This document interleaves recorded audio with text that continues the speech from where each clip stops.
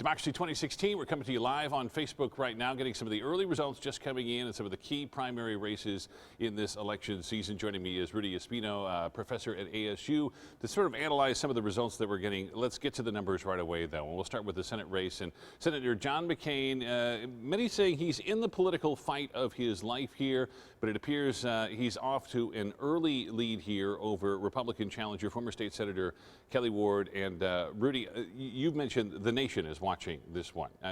Certainly people want to know just how resilient he can be given the fact that he's generally considered an establishment candidate. Yeah, and that's certainly Kelly Ward's position. It's that he's gone Washington. He's too much part of the establishment. However, he's a brand name. He's really popular in here in Arizona. The nation is looking at this race closely because of the Trump effect. Here you have this outsider, Kelly Ward, similar to Trump being an outside of the Republican establishment running for president. And this is why the nation's looking at this, and in particular looking at, because if McCain were to lose to Kelly Ward, there's potential that seat would go Democratic. It's like a tidal wave here for sure, but certainly McCain has a commanding lead. Keep in mind, we're talking about 7% of precincts reporting here, so still a lot of votes to be counted, but in the early going, at least, John McCain with a commanding lead over Kelly Ward. Let's get to the Maricopa County Sheriff's race. This one's already been called by the Associated Press. Joe Arpaio, 67% of the vote, 26% going to Dan Sabin, and really no surprises here. Arpaio was expected to win the Republican primary. The big question mark really goes into the general election. Yeah, there's a lot of ethical issues that have been hovering around Arpaio, and that's certainly something that we want to pay attention to moving to the general election. You see Dan Sabin trying to unseat Arpaio yet again, unsuccessful, and again it's turned a negative campaign, campaign with Arpaio throwing negative accusations against Sabin in his past. Let's get to District 1, because this is going to be an interesting race to follow, and there hasn't been a lot of polling on this, so we're going to look at the poll that really counts here. And if we can come out to the screen here, and here we got 21% of precincts reporting Paul Bambu right now in a commanding lead over former Air Force pilot Wendy Rogers and Gary Keeney, a local businessman. This might throw that Trump theory a little bit to the wind here, because it was 2 years ago that Keeney only lost by something like 400 votes to Andy Tobin in the Republican primary here. He's a popular guy, businessman in the area, but you've got Paul Bambu, who's been in politics a long time, the sheriff of Pinal County, and at least in the early going, 21% of precincts reporting he has a 46 to 23% lead. Surprise you? Not necessarily. I mean, Bambu has that law enforcement background that is, wins at its back here. Arpaio, it's a law and order state. So frankly, there's not a surprise that Bambu is doing as well as he is. I'm frankly surprised that Ken Bennett is not doing better. He's been around in politics for a long time. I'm frankly surprised that he's not doing better than he has. But he's more of the establishment Republican himself, and a little bit more of a moderate than certainly Rogers or Bambu. Yeah, he is more of an independent Republican than Bambu or Rogers, certainly. We want to get to District 5 here. I'm going to scroll down just a little bit here and skip through some of these races, because District 5 is going to be one that we're following all night long. Now, the numbers we're seeing, if you go on the ABC 15 Facebook page, it's going to say 0% of precincts reporting, because right now these are numbers directly from the Maricopa County Recorder's Office, and Christine Jones leading Andy Biggs, but if you look at the numbers here, just over 1,000 votes separating them. You're expecting this race to be very close all night long. This is going to keep us up all night. We may not know the results until tomorrow morning. Christine Jones, of course, making the run for the governor, and outside, running from the right and outside establishment candidate. Andy Biggs, more of an establishment candidate, and so this is something that we want to pay attention to. And what does it signal in terms of disaffected Republicans and where they're going to be casting their ballots going to the general election? We want to get back briefly to the results on John McCain. Let's bring up that once again. And we're now told that the Associated Press is calling this race for John McCain. So Ward mounting a strong challenge. And what was interesting in this race, too, is a lot of outside money coming into this on both sides. McCain certainly taking advantage of a lot of dark money, PAC money coming in there. But Ward also got some big-time help from outside the state. Yeah, unfortunately for Ward, that money came in a little bit too late, right? She needed that money earlier on to go against John McCain much earlier than she did, and she and her supporters, unfortunately, that money should have come in months and months ago, so she could have run a more effective campaign. But she did the best she could with what she had. Now, McCain is going to be running against Ann Kirkpatrick, the current congressman from District 1, and some of the early polls showed that this was a very tight race. Some of the later polls now have shown McCain with a little bit more of an advantage here. Yes. Are you really expecting this, though, to be the race to watch going into the general election, at least in terms of the state of Arizona? I think in terms of all the Senate races that McCain has had over the years, this might be the toughest battle that he's had. I think Democratic candidate or Democratic supporters would have been happy had Ward unseated McCain, because that would have certainly given Kirkpatrick an advantage, given her political experience and name recognition. But it looks like definitely it's going to be a McCain-Kirkpatrick race, and it's going to be tight, but if I were a betting man, I'd probably say that McCain has an advantage given that the politics of our state. When we look at certain districts and certain Senate seats across the country, certainly both parties are looking at this as one that is certainly not secure for McCain. Democrats are really targeting that. We're expecting a lot of Democratic money to pour into this. Oh, absolutely. And this has been talked about for years, that when is Arizona going to become a swing state? When is it going to become a purple state, given the growing Latino population?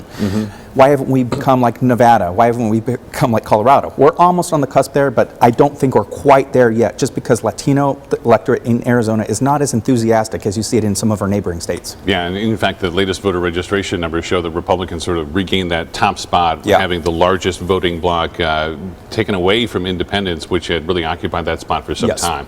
We're going to get to Corporation Commission race here, and again, these are results that are just 7% of precincts reporting right now. I'm trying to I just messed that up. Let's see where we're going. Here we go.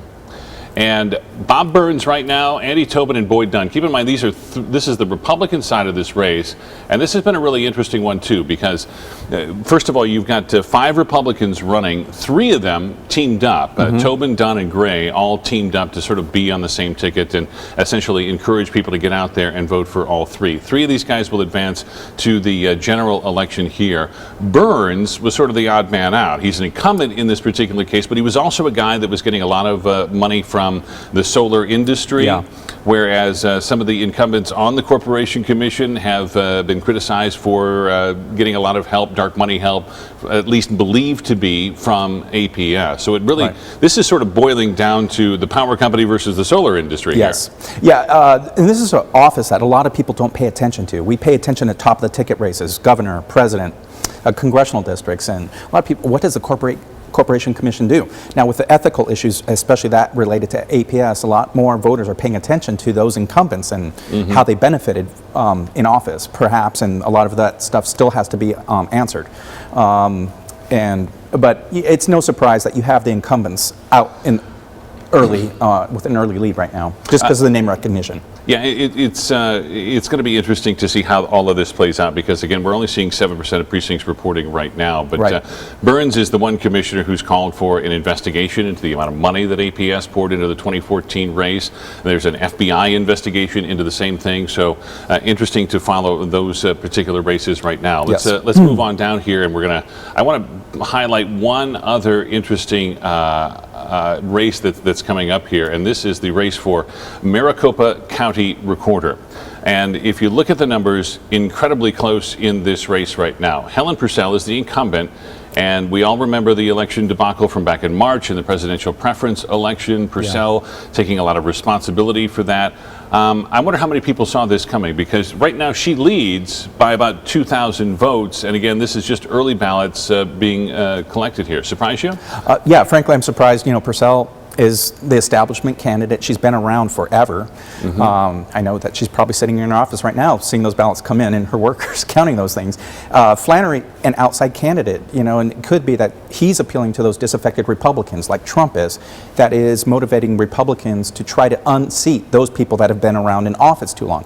You know, this is the argument, again, going back to McCain Ward. This is what Kelly Ward was arguing. McCain's been around too long. You know, it can see a similar argument, but hey, Helen Purcell, she's up there, she's been around for way too long, it's time for change. It could be, too, that people have had enough of sort of the election debacles, because what happened in March wasn't the first time. Yeah, people standing in line forever, and it's not the only debacle that we've seen with the Maricopa Recorder's Office, and it's affected Latino voters in particular. Yeah. But we just don't see that. And again, going back to what we were talking about earlier, but Latino voters, there's just not much enthusiasm in terms of getting them out to actually unseat these individuals. What's your take on why that's occurring? Because when you still look at the numbers here, you would think that between the immigration debate, as heated as it is, the things that Donald Trump is saying on the campaign trail, you would think that would get Latino voters fired up. But when you look at the possibility, we're still talking 200,000-300,000 eligible Latino voters in our state who haven't signed up and don't bother to show up. Yeah, Frank, what I think it is, it's a question that's asked of me many times. Why aren't we like Nevada? Why aren't we like Colorado or New Mexico, given our Latino population? What I think the problem is don't have an effective ground game like you have in our neighboring states. You need organizations on the ground taking advantage of disaffected Latino voters and motivating them. Once you talk to them and get them to the polls and teach them how to get to the polls, they will show up, but we don't have this here in Arizona just yet. Okay, let's once again get to the top of the ticket and run through all of the results that we have right now. We're going to start with John McCain, Kelly Ward, and let's bring up that graphic for folks so that we know. McCain now declared the winner in this primary race. Again, very early on with some of the ballots counted here, but obviously a commanding lead over his Republican challenger. Then in the Senate race, or I'm sorry, in the sheriff's race, let's get to that one next. Joe Arpaio also declared the winner by AP, and another commanding lead over former Buckeye Police Chief Dan Sabin. The real race here starts right now when Arpaio takes on former Phoenix police officer Paul Penzone. Let's go to District 1. Is that the next one we have up? Congressional District 1. And there we go. And right now, Paul Babu with a commanding lead. This one has not been called yet. That's because we're still looking at about 21% of the precincts reporting at this point. But a commanding lead over Wendy Rogers. And this one still too early to call, but it certainly looks very good for Babu. Let's get to the next race. Is that District 5? District 5, guys? And there's the Democratic primary, and again, we're talking about some early votes, and we're only talking about 20 votes here, and so O'Halloran is expected to win this at this point. Now, we may have some, again, very early numbers in this, only about 20 votes counted, so don't make much of that at this point. In the District 5 race here, Christine Jones with a narrow lead over Andy Biggs. Andy Biggs, the former state Senate president, I believe, and Christine Jones, the businesswoman, never held public office. Of course, a lot of people remember she spent millions running for governor just a couple of years ago to lose to Doug Ducey. She's been hammering away with a lot of political ads, spent at least $1 million of her own money, and right now she has about a little over 1,000 vote lead over Andy Biggs. This one's still too close to call and probably one that we're going to be watching all night long. Let's get to the next race now. And this is District 4. This is an interesting race. We haven't talked about it yet, but Paul Gosar, who was a Tea Party candidate, came in 2010, beat Ann Kirkpatrick actually in District 1. There was a lot of money that poured into this race from supporting Strauss from outside, and it was money essentially aimed at Tea Party candidates like Gosar. Yeah, and I'm not surprised by that. Again, lots of disaffected Republicans out there frustrated with so-called establishment candidates. Gosar, interestingly enough, again, running as a Tea Party candidate now is considered, having spent some time in D.C., considered now to be an establishment candidate. It's interesting. Yeah. You get a couple of years and suddenly you're an establishment guy. Yeah, you've gone Washington, Absolutely. Which is what Arizona voters don't like. In time, we want to get it out to John Erickson. He's standing by at McCain headquarters, and John, certainly got to be good news for McCain in the early going. The Associated Press already calling it for the incumbent senator.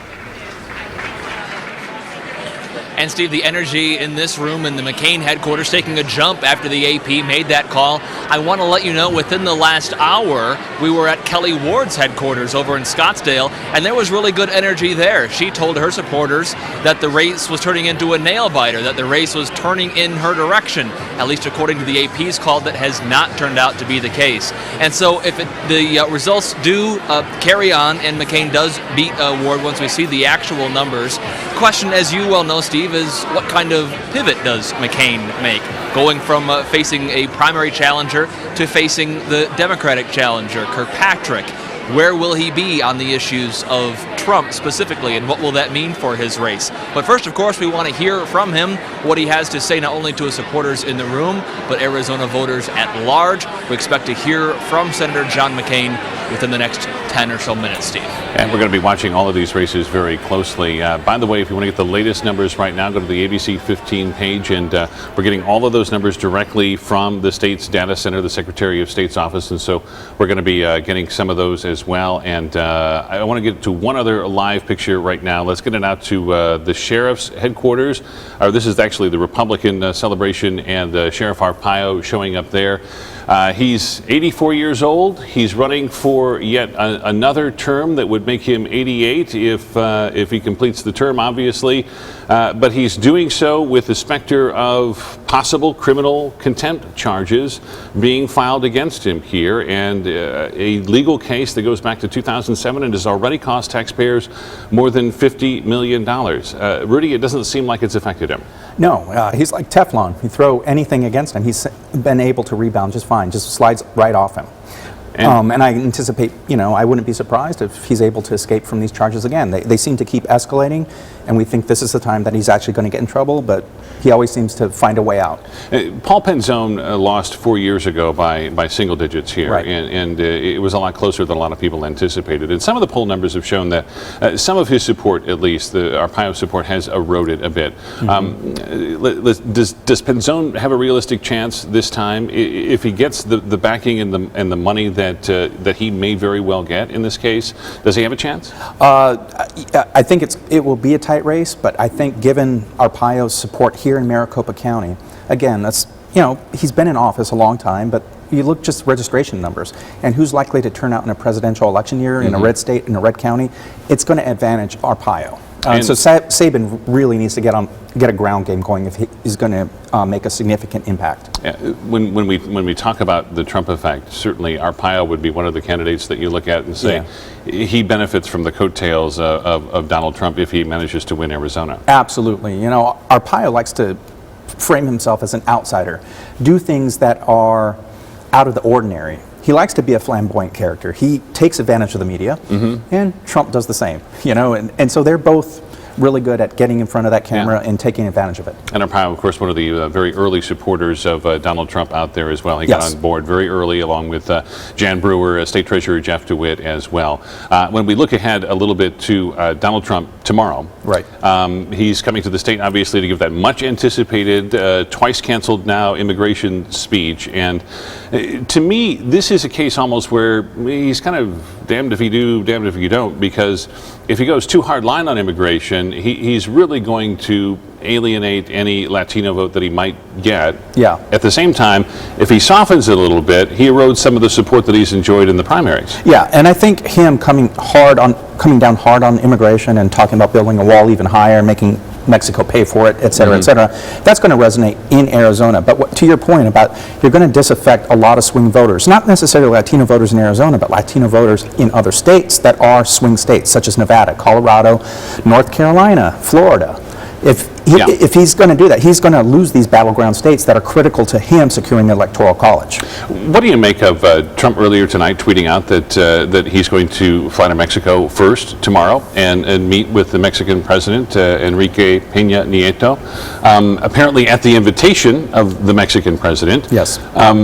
Trump has said previously that he is going to build this wall with Mexico and make Mexico pay for it.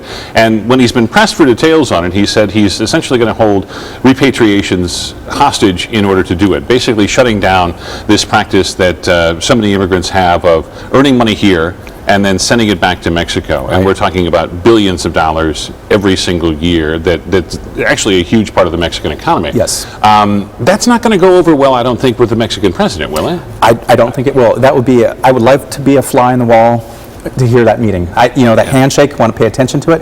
But I'd probably imagine that Trump will come back to the United States after that meeting and say, look, I'm a diplomat. I was hard with that Mexican president. I told him to control his country.